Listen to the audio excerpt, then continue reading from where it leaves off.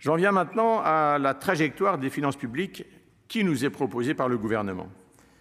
Une trajectoire qui n'est pas assez ambitieuse, en prévoyant en effet une réduction du déficit à 3% du PIB, mais seulement à partir de 2027. En effet, nos partenaires européens devraient retrouver ce niveau dès 2025. L'endettement public ne refluerait quant à lui pas avant 2026 et resterait à des niveaux encore très importants, près de 111% du PIB en 2027. Le rythme de redressement de nos comptes publics est insuffisant, il est beaucoup trop lent. Cette trajectoire, je le disais, n'est pas assez ambitieuse, mais elle est aussi en trompe-l'œil. Le gouvernement revendique de diminuer la dépense publique en volume entre 2023 et 2027. Toutefois, il ne retraite ni les mesures liées aux crises sanitaires, économiques et énergétiques, ni la charge de la dette.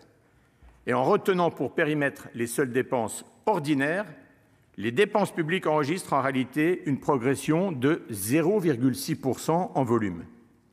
En outre, le gouvernement impose aux administrations locales et sociales de réaliser un effort d'économie compris entre 25 et 27 milliards d'euros, alors que dans le même temps, les administrations centrales n'en réalisent pas.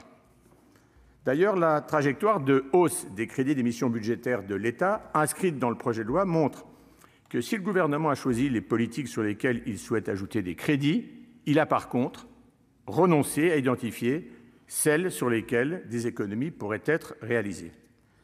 Eh bien, compte tenu de ces éléments, la Commission des finances considère en l'état que la trajectoire du gouvernement n'est pas acceptable. D'une part parce qu'elle manque d'ambition en termes de redressement des comptes et de maîtrise de la dépense, et d'autre part parce qu'on demande moins d'efforts à l'État qu'aux administrations publiques.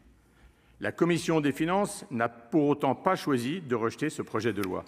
Elle a, pour répondre aux deux principaux écueils identifiés, adopté une nouvelle trajectoire de baisse des dépenses, plus sérieuse et plus ambitieuse, pour retrouver le chemin de l'équilibre.